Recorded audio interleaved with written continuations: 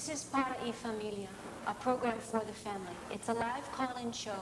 Tonight's subject is child sexual abuse. We have two guests with us, teenagers who were victims. We now call them survivors, because together with their families, they've come through this whole situation. Also with us on the show is, the other guest is Gail Perez, who is a family court counselor. She has been dealing with these young women as well as other young teenagers who've been victims of child sexual abuse and with their families. We invite your phone calls if indeed you wish to have some questions of these girls. In dealing with these young women here, what is some of the most significant thing that you found that you were able to share to help other teenagers who are watching the program today? That they don't have to be victims. That kids who are dealing with child sexual abuse or are being sexually abused in their homes do not have to have it continue to happen. That they can ask for help. And now on Guam, we have a program, and it works. We've only had, in the 3 years the program's been working, 2 clients that have gone back and re-abused their kids. That's a success story in our records. That's over 100 families who have been in this program who are getting help. We know we're only at the tip of the iceberg. We know there are 100 times more than what we get. But if we can, by doing a program this and doing the treatment program, get other kids to come forward, we can stop one other life from going through the torture and pain it is to suffer in silence with sexual abuse. We can help them be whole, feel that they deserve better, that their children deserve better. And even the ones that it's happening to and the ones that are doing it, make them feel better about themselves and be productive people in the community. Renee, do you feel that your life has changed a lot since all of this communication has started with your folks? It's changed a lot for me and my family, especially for me. Because before I couldn't talk to my parents. I used to run away a lot and get into things. I was in drugs and alcohol. But ever since the counseling has been, helping us out, I can just stay home and face a problem without running away, and I can talk to my parents. Do you look back now on the drug use and the alcohol use and know that that was a symptom of the pain from the child sexual abuse? Yeah, it was.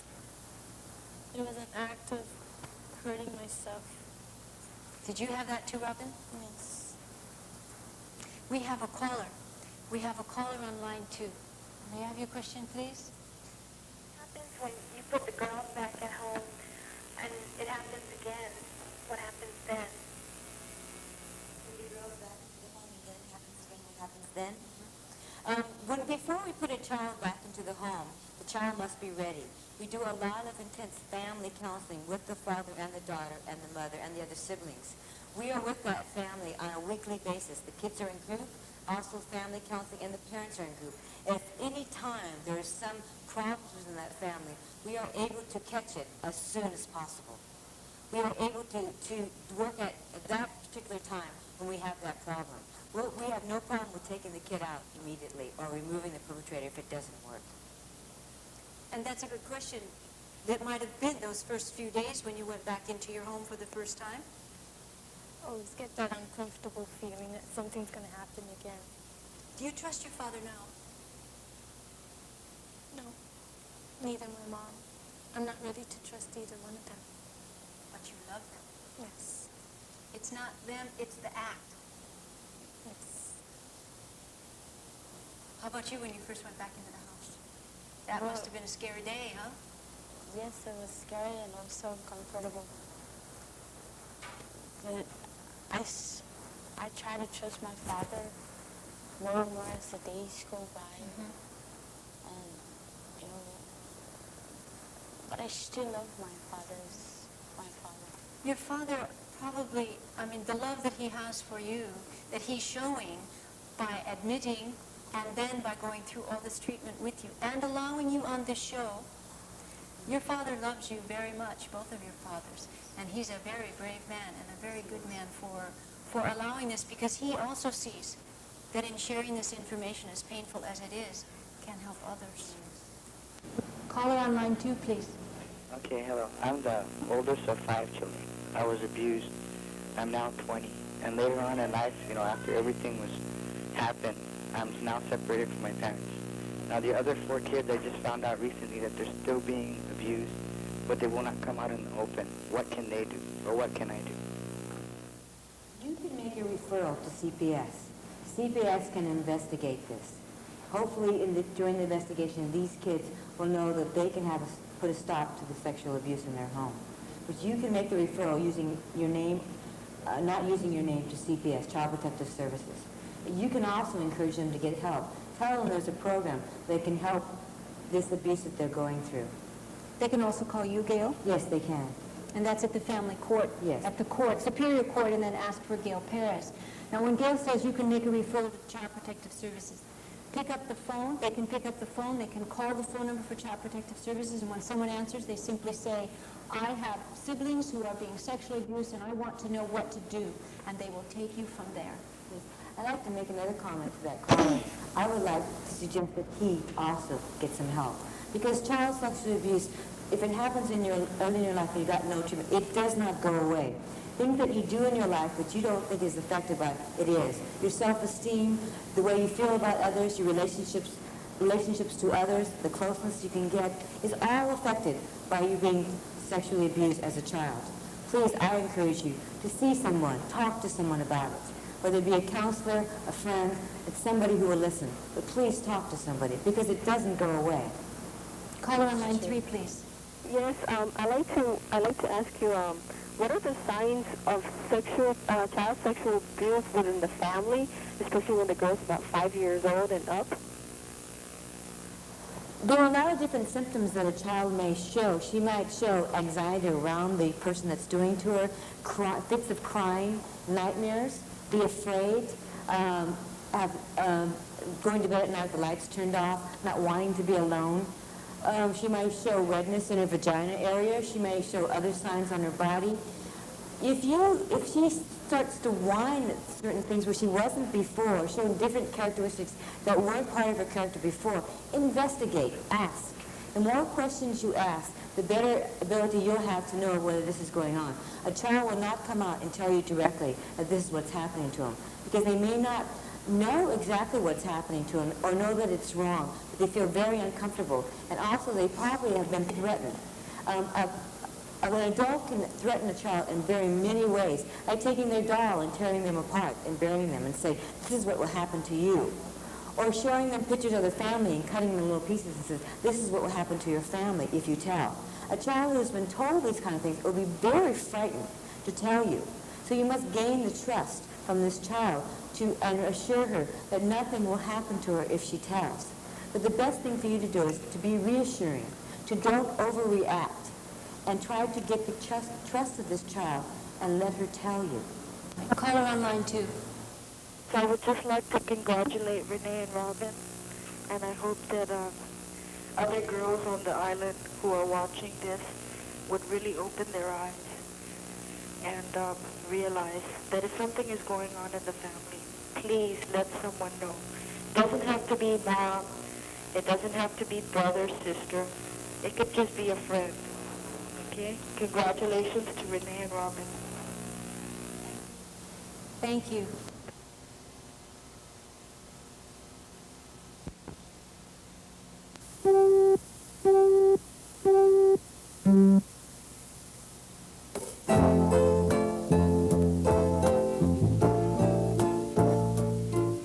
It's time now for Para y Familia, a program designed for Guam's families. For the next hour, join us as we discover how to maintain a strong and healthy family. If you have any questions or comments, please call us at 734-3030-3476 or 2207. And now the host of our show, Annette Donner. Good evening, and our show begins this evening on a very positive note. Positive because the response to last week's show was more than we expected. We had 2 young guests, 2 teenage girls, who spoke openly about their experiences with child sexual abuse. And because of that, they touched a chord in some of the people in the audience. 6 to 8 teenagers are now in the process of receiving treatment in the court system or in the protective services system because of these girls' appearance last week. Tonight, we're going to speak about treatment. Treatment for victims of child sexual abuse and treatment for the perpetrators of child sexual abuse.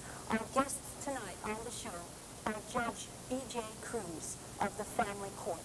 He'll be with us to talk about what he sees in the court system. We also have Edie Perez, who's with the Child Protective Services. She's been with it for years and has a lot of statistics to share with us. And we welcome back on our show Renee, one of the young women who appeared with us last week. Please, we ask you to hold the calls for a few minutes in the beginning, about 10 minutes, while we get established with some of the facts and figures that we wish to speak about. We welcome your calls, and we'll put the numbers on the screen when we're ready to receive the calls. We thank you for your response. Judge Cruz, briefly, what is the function of the family court system? What is it that you do? And what is it that you see in relation to child sexual abuse? The family court was established to deal with various issues within the family, and one of them is to deal with the abuse that occurs in a number of the families. When I took over the family court 4 years ago this month, one of the things that I was faced with was a growing number of cases of sexual abuse that were being reported. 4 years ago, we didn't have as many cases as we now have. And one of the things, and I think it's important for the public to understand where the family court has moved over the last couple of years. Initially, like everybody else, my initial reaction to dealing with child sexual abuse perpetrators was, very drastic actions taken against them, lock them up, throw the keys away.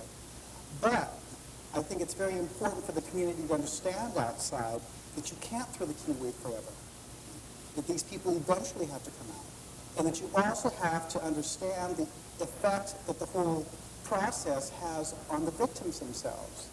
And so a lot of people are saying, in the justice system demands that you use a sword. I think people should stop and realize that justice is holding a scale, and you have to weigh not only what would be the right and proper punishment for the perpetrator, but you also have to take into account and balance in it the effect that it will have on the victim.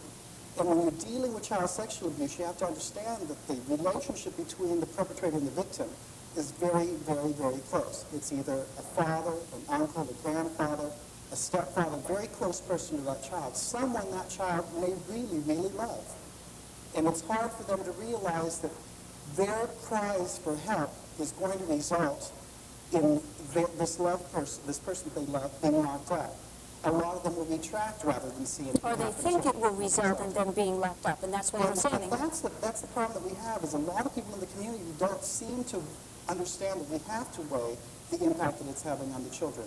I didn't understand that in the beginning. I can assure you, Edie and everybody from Child Protective Service came over and tried to educate me. And I want to use that word, educate, because we have a lot of people out there writing editorials and running their mouths off in the press who've not stopped to take and realize that we've moved a long way in criminology and ethnology. We're no longer at the quartering and the hind, and the stretch the racks. We've moved a long way.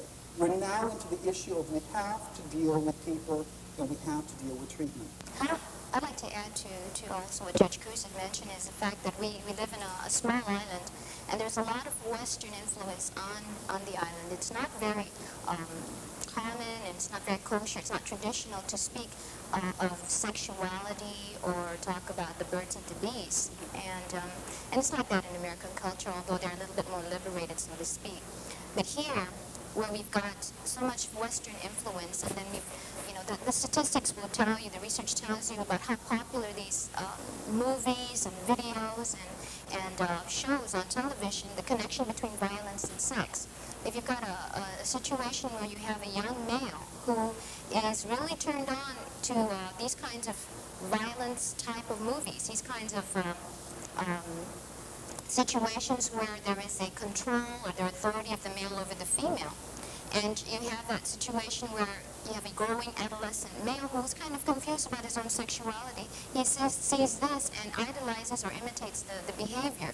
Then you've got a situation set up for a young male who perhaps doesn't have a very good male role model. Maybe there is none, but will idolize someone on TV or on a video, and that's what you see in the music videos these days. And his peers, his female peers, are his possible victims, because he has nowhere else to turn, and it's something of a thing for him to do. He's imitating. And another thing that we didn't stress enough in the last show, and it's got to be said, is, and in fact, 2 of the calls that happened this week of teenagers who are now in treatment were males, young teenage boys. They can also be sexually abused. It's not only young girls who are being sexually abused. And 2 of the 6 or 7 callers that are now in treatment or process of becoming into the treatment program are young teenage males. It's true. And it's something that we really, as a community, have to really stop and look at. Because all the statistics will show that young boys that are sexually abused, for the most part, become very psychotic as they grow older. And their desire to reestablish their masculinity results in them acting out in very violent, very aggressive ways. And that was a thing that was stressed every conference I went to in the States on child sexual abuse, is that if you go into the prisons right now, or even if you go into the public youth cares right now, and you just do a polling of the kids that are there, the statistics would show that almost 70% of them, if they're willing to admit it, will admit they've been sexually abused. But it's not something that a young boy's going to admit openly, That's right. in any society, Western, China, I don't care what society, a young boy's not going to admit that he'd been sexually abused. It'd be easier for a girl to admit it, but a guy would die before he would admit that some other male had done something to him.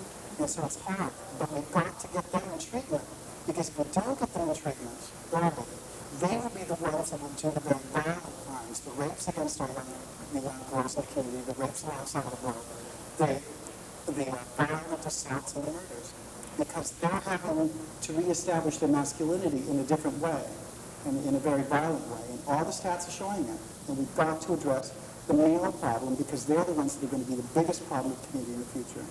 So in fact, we do have a system that is helping quite a bit here. It can always improve. Every system can improve.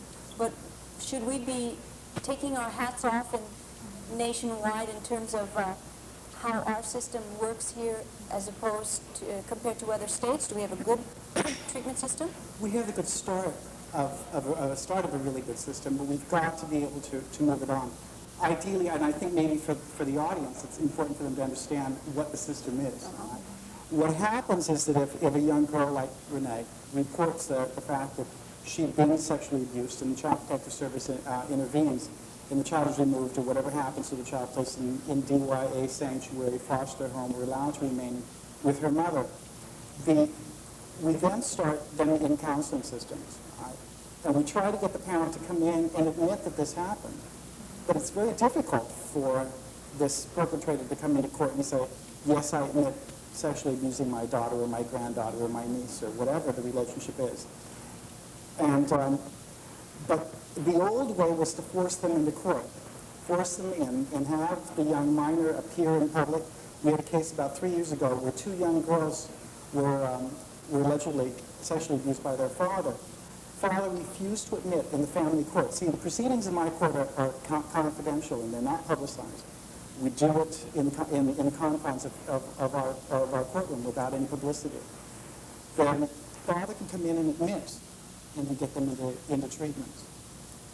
If they don't want to admit, then there's an indictment that comes down and they're going to have a trial. What happens is the poor minor is traumatized a second time to walk into a courtroom with 12 jurors sitting on one side, 2 attorneys in front of her, a packed courtroom wanting to listen to all the lurid details of what happened in the family bedroom. And the child is literally molested in public. At that point, also, father's counsel decides he's going to start attacking the child and the child's credibility. And so the child goes through a second or a third, literal molestation or raping in public. And we try to spare the kids that. And we try to explain to the father, whatever it is that you're afraid of, don't be afraid of it. Let's try to deal with it. And as much criticism as there is outside about plea agreements, I will stand by it and say whoever thinks they're wrong does not understand what is happening with children today. The way you deal with it 20 years ago is the way you dealt with it 20 years ago, but it hasn't worked in 20 years, and we have to deal with it the way it should be dealt with in a more humane fashion today. And these plea agreements force, and they have the angle over the guy. You know, he's not free, all right? The plea agreement for these perpetrators is you admit to first-degree criminal sexual conduct or you admit to second-degree criminal sexual conduct. The offer is that you're placed on probation for 5 years.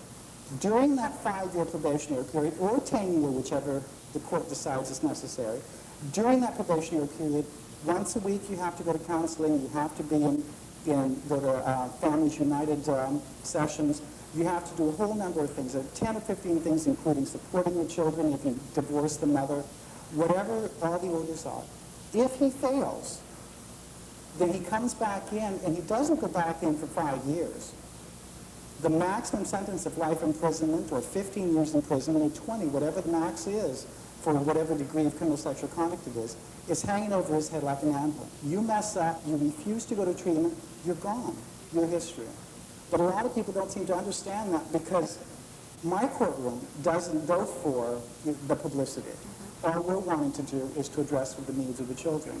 And those agreements are absolutely necessary because these children do not need to have to go into the public and be molested by defense attorneys and the public cameras in an open trial. What I'd like for the system to eventually have is as soon as we have a report, I'd like to be able to get the mothers and the fathers group, the Families United group, to go out to this family and explain to the father there's no sense in you wanting to continue to refuse.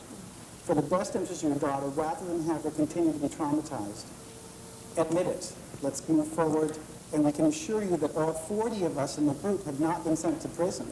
The ones that have been insisting on going on and refusing to admit what has happened, they're the ones up at DOC right now, and they're not getting any treatment. The 40 of us are. We have a group, and we can show you that in the family court, we can work this out for the best interest of your daughter and for your best interest and for the best interest of your family. Have the mothers go and talk to the wife and say, don't support the jerk, you know. Have him understand he's got to come clean with the family, come clean with the system. And there's no need for you to abandon your daughter and force her into the public forum of trial. Support your daughter and let's move forward.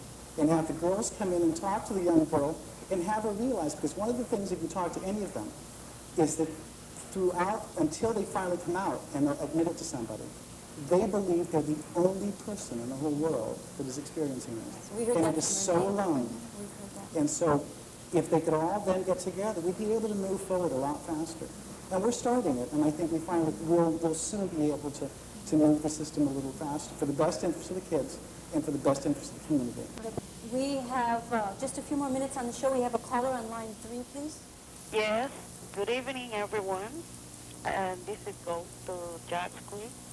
I would like to ask some question about this alien person having a sexual abuse for a 10-year-old little girl. And also, I would like to ask him what they should do to that guy. Well, it all depends on what the relationship is.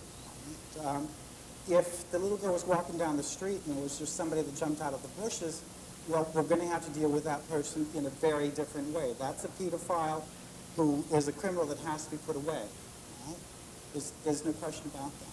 But the problem that we have when we're dealing with inter-family relationships, where the victim knows or is related to and loves the perpetrator, and as strange as that may sound, some of these kids will admit to you the one person they love the most is the man, the perpetrator that harmed them.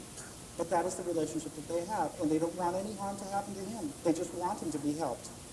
That person is treated differently. So it would all depend on the situation, on whether or not it was an inter-family relationship or if it was just off the street person that did something. Maybe this person needs to call somewhere and talk a little more in detail. If they called you, for instance, a child protective, this woman could speak with more detail about this actual situation.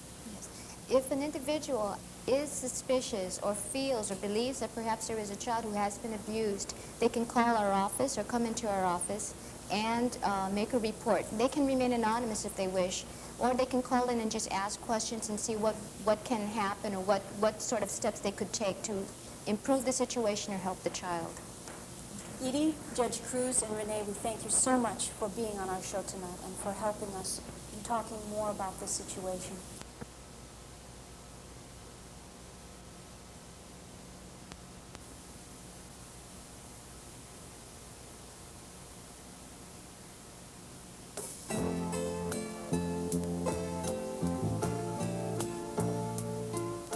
It's time now for Para y Familia, a program designed for Guam's families. For the next hour, join us as we discover how to maintain a strong and healthy family. If you have any questions or comments, please call us at 734-3030, 3476, or 2207. And now the host of our show, Annette Donner. And good evening, and thanks for joining Para y Familia. Tonight's topic, teen suicide, another difficult subject. It's tough all around. There are no winners. It's hard to deal with before, it's hard to deal with after. It's hard to know what to say, when to say it, and how to say it. It was tough preparing for this show, knowing what to gather, what information to gather, what to say, what to do. But what I learned in preparing for this show was how much I don't know. But the word that kept coming up was communication and the need for being good talkers, but more importantly, being good listeners. We have guests tonight whose professions are listening. Dr. Kirk Bellis is a child psychiatrist. He's at Mental Health and Substance Abuse, and he listens to the pain that teenagers are feeling when they are on the brink of taking their own lives. He listens a lot. Also with us in the studio is Stacy Martin. Stacy is a student. She's 15 years old. She's a writer. She's a strong human being. Stacy felt the pain of some life's experiences a year and a half ago and decided to take her life. Mariles Benavente, another professional with the Department of Mental Health and Substance Abuse, a social worker. She also knows that teen suicide does exist here on Guam, and she has the ability to communicate and help those who are on the brink. Dr. Bellis, communication. Is that, when I picked up that word, was it the right word that we lack it so much that we come to the point of attempts on suicide? I think so. On the average, we're seeing about 3 to 4 adolescents or young people in the hospital and emergency rooms who have basic communication problems. Those communication problems seem to center around the family. I see a lot of children who have difficulty in communicating with parents especially, and we see a lot of young people who have problems communicating with either boyfriends or girlfriends.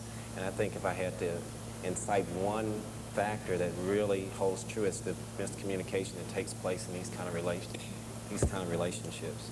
And the fact that we're not communicating is resulting in statistics here on Guam. Statistics, the national statistics show 5,000 youth suicides last year, and we understand that there could have been many more than that, but that often suicides are listed by the professionals as accidents, or by the police as accidents, so we don't know. On Guam, we don't have an exact number, I understand, Mary Les. We had 15 suicides last year, but no age breakdown. That report came from the coroner's office. At Mental Health, we have statistics on youth suicide, and these are cases or kids who are sent to us because of disclosures to someone, or someone hearing that they were thinking of or wanting to kill themselves or hurt themselves, or actually attempted to hurt themselves. And so what we have, the statistics we have at Mental Health, reflects only those that are reported to us. Do these incidents alarm you? This sounds like a great number, like a big number for our small community. 3 to 4 a week, crisis at the hospital, 60-some numbers. For the school year alone, yeah. I think that, again, we have no way of knowing how many are actually experiencing pain in the community and are actually suicidal. There are very many reasons why kids turn to suicide or to self-destructive acts, and communication is a major reason, but there are many other factors, and I think it's a good indication that we have kids out in the community hurting and needing attention. Stacy, you are a very live, very bubbly, very talented human being, but you're also one of these statistics. Why did you want to come on the show tonight? I thought it was important, for kids to understand that they're not alone, It's something that nobody really wants to deal with, and it's there. And I'm living proof, And I just thought it was time that people start accepting it for what it is instead of burying their heads in the sand. One phrase I remember you saying to me recently was, "It's not a joke." No, it's not. It's no laughing matter. You know, kids will talk, when they're alone and start making jokes about it. It's nothing to laugh at. When people are hurt, it's not right to laugh at somebody else's pain. I think that sometimes people don't take seriously enough how one other person can feel pain, and it might not be so serious for them. Like someone will say, "Oh, you'll get over the boyfriend," but they just kind of wave it off. But to you, it's something very, very serious. I've heard when I've talked to my friends that adults would normally blow it off, saying, "Well, you'll have plenty more. There's more out there." Mm-hmm.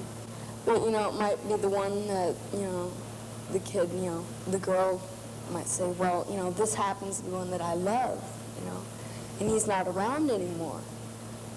And what do I do now?" The parents will say, "Find another one." No, this is the one I love, Passing judgment on someone else's pain. Maybe we're too quick at that. Communication again, right? Sensitivity to other people. Dr. Bellis, there are signs and signals sometimes that we're able to pick up from troubled youths. What might some of those be? We have a videotape that we'll be able to show. I think one of the primary factors involved with suicide is depression. So I would look at whether or not a person was presenting with depressive symptomatology. One of the things I would look for is if there were overall changes in their behavioral pattern. Like if this is a person who did quite well in school and they begin to have failing grades, that would concern me. If they were a person who was very sociable and began to withdraw and isolate themselves from everyone, that would concern me. And if they were people who no longer took pleasure in everyday activities that they used to take pleasure in, that would also alarm me. And then the symptoms build on to that, feelings of hopelessness or helplessness or worthlessness, extended periods of crying, periods where the person feels like nobody really understands them or will ever understand them. And some people who kind of resign themselves and give up hope that they can ever be really loved for who they are. And somebody just needs to see that and feel that and then be able to start talking or listening with that person. This is a live show on KGTF. This is Para y Familia. We've asked you to temporarily hold your calls this evening, please, while we set the stage for the subject matter of youth suicide. Stacey, how do you feel about your attempt now, a year and a half later? Well, I'm glad I didn't go through with it, I'm glad I told my mom what I did. I love life too much to die. Mm-hmm. But at the time you didn't. Well, that's a tough one. After I overdosed, I started thinking, you really start to think when you think, wow, I'm not going to live anymore. And then it hits you how definite it is. You have all those years ahead of you. And you just, in my case, I decided that wasn't what I wanted, And inside everybody, there's an inner strength. And you got to pull from that, when times get to where you can't deal with it anymore. You got to draw from within yourself. That feeling of desperation and hopelessness and depression that you had dissipated at that moment of survival, of being faced with survival? They didn't actually go away, but I looked at, I said, hey, I'm stronger than this, It wasn't that I was weak to begin with, but I've always been a survivor.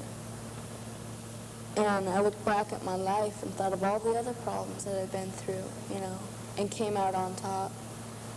I wasn't gonna let it stop me. What would you tell somebody today, another kid your own age, who's sharing with you a secret that they're going to commit suicide? Tell somebody, if they trust one person enough to tell them that I'm going to commit suicide, well, if you can tell me, you can tell someone else who can help you. you know. And if, you know, they'll get you into the secrecy, you know, like, gotta swear not to tell anybody. You can tell me anything you want, but if you're gonna kill yourself, I'm gonna go tell somebody. Caller on line 3. Yes, I have a question for Stacy.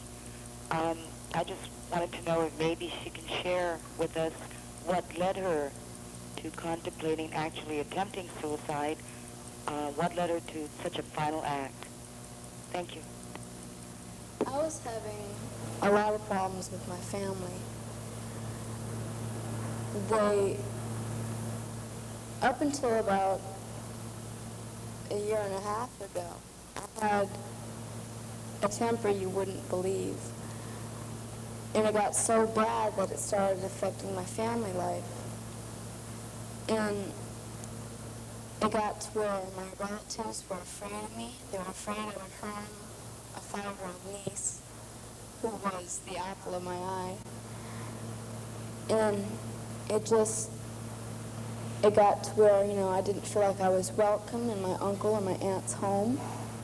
I found out that my grandmother was afraid of me. And I don't know, it was coming from the family. And when it comes from the family, it hits home. And I didn't feel like, you know,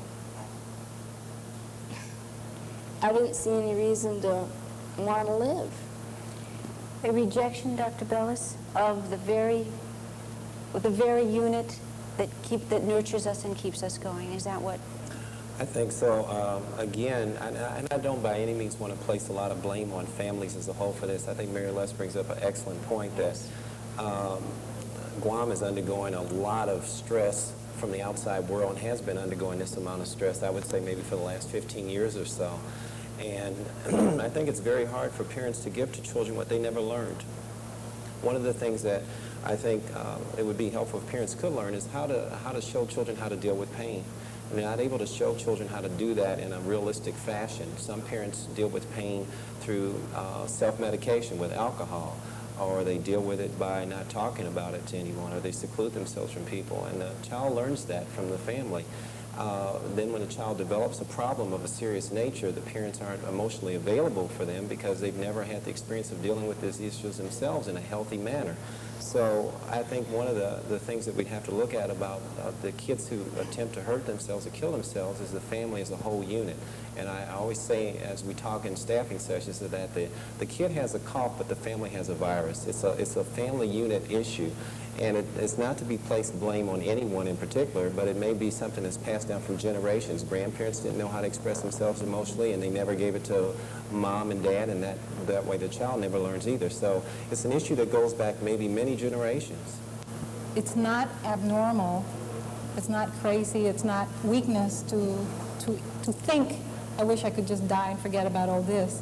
The difference maybe between just thinking that and responding a little bit more appropriately to life's pressures would be not acting on that thought. Well, for some kids, that's the only way they feel that they can cope.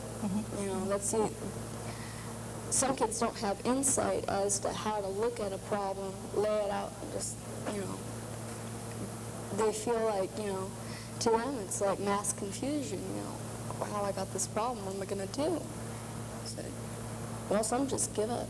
Well, forget it, you know.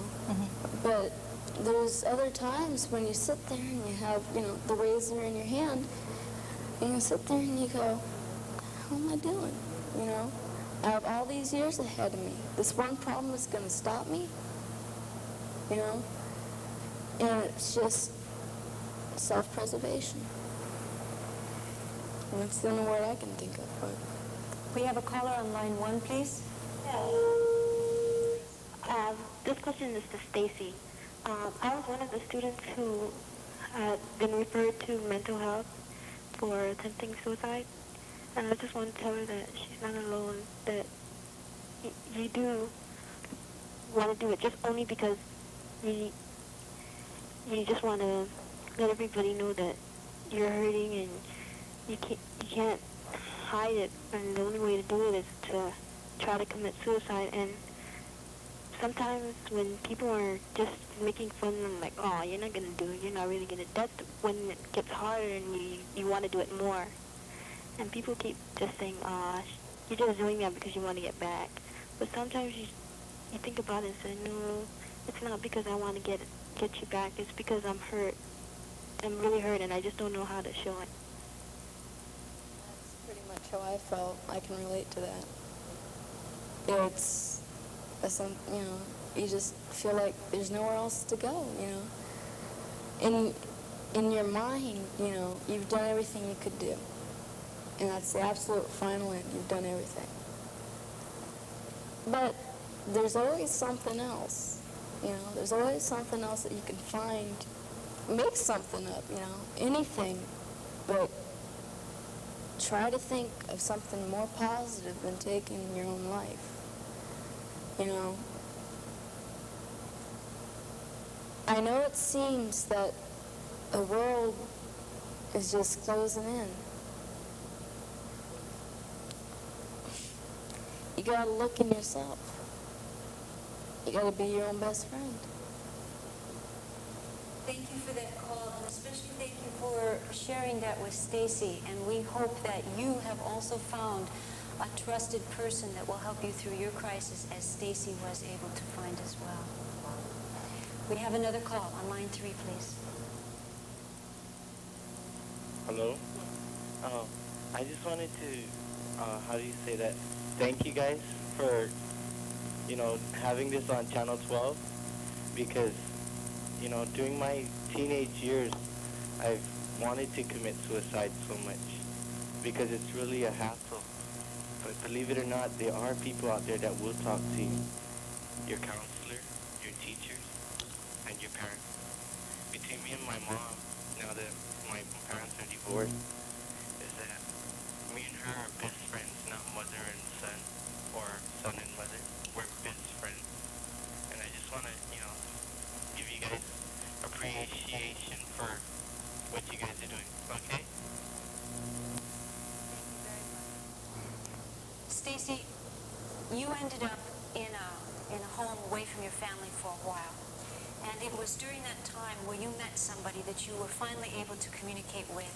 It wasn't right away, apparently. You had a number of counselors who changed shifts and things. How did you find, what finally brought you through this? Well, I was in a place called Friendship Home in California. And we had at least 16 or 17 different counselors who would come in like day shifts or, yeah.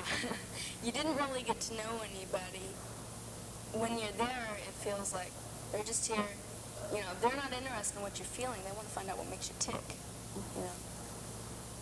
But I was going through what I called a psychiatric break, you know. I wouldn't talk to anybody. I sat on the couch. My parents don't know about this. But, you know, and there was one man named Jimmy, was a Scotsman, and he went through this with me, you know.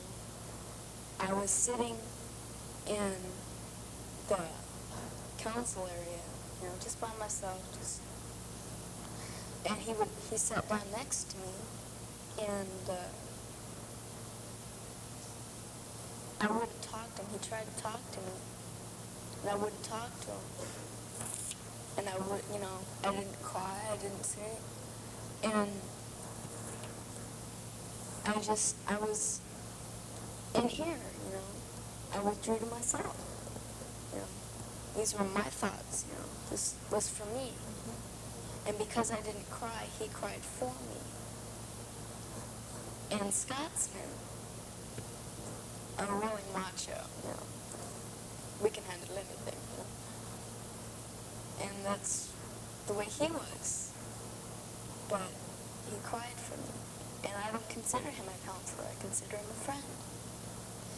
And I think it's important that if somebody has suicidal tendencies and thinking about killing themselves, they find someone they can confide in, that whether it be a counselor or a teacher or anything, that they think of instead of just on a professional basis, but they can also say as their friend. I think that's important.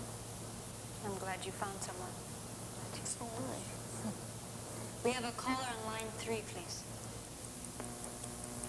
Hello, Stacy. My family is similar to yours.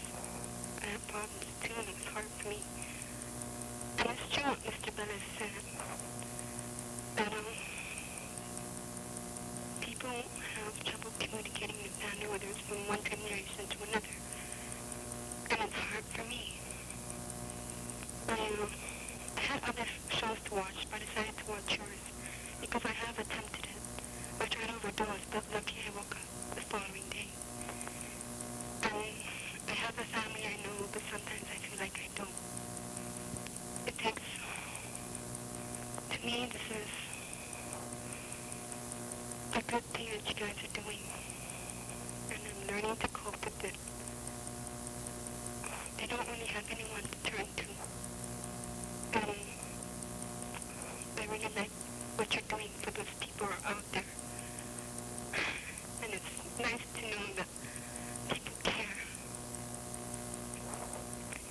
And what you went through, it was hard, and it's hard for me too. But I'm happy to know that you survived. And it shows that I can survive too. Thanks. Please don't hang up. Please stay on the line. Okay. If you would like to call back, there's somebody in studio who can speak with you. Please, if you would like to call back and have somebody to speak with, we have someone in studio who will speak with you privately on the phone. Please feel free to call back. And in addition to that, Stacy wants to speak with you as well. I have something to say to that person. There's always somebody there. When you're sitting there with a bottle of pills in your hand, I know it doesn't seem like there's nobody else in the world you can turn to. But there's always somebody. You know, it could be a total stranger, but there's always somebody who's out there who cares. And that's why I'm here, you know, I care. And we do ask you, if you're watching this show and you are moved to call, to share your feelings because you feel you are alone, we do have professionals in studio who will speak with you on the phone. Please feel free to call, either to speak to Stacy on a general manner, or if you'd like to speak with somebody professionally, more personally, we do have someone in studio. Please think about the sensitivity of the teenagers who've called tonight. Remember them, reach out to them. Think about them, and maybe we'll have more programs like this to create more forum and more environment for people to reach out. We thank you for coming tonight, and Stacy, we thank you for sharing your very personal experience with us. Next week, Gail Perez will be your hostess, and she will have she's from the Family Court Counseling Session. She'll be talking about a home for sexually abused kids and the need for that here on Guam. Dr. Bellis, thank you so much. Mariles Benavente, thank you, and Stacy. Good night.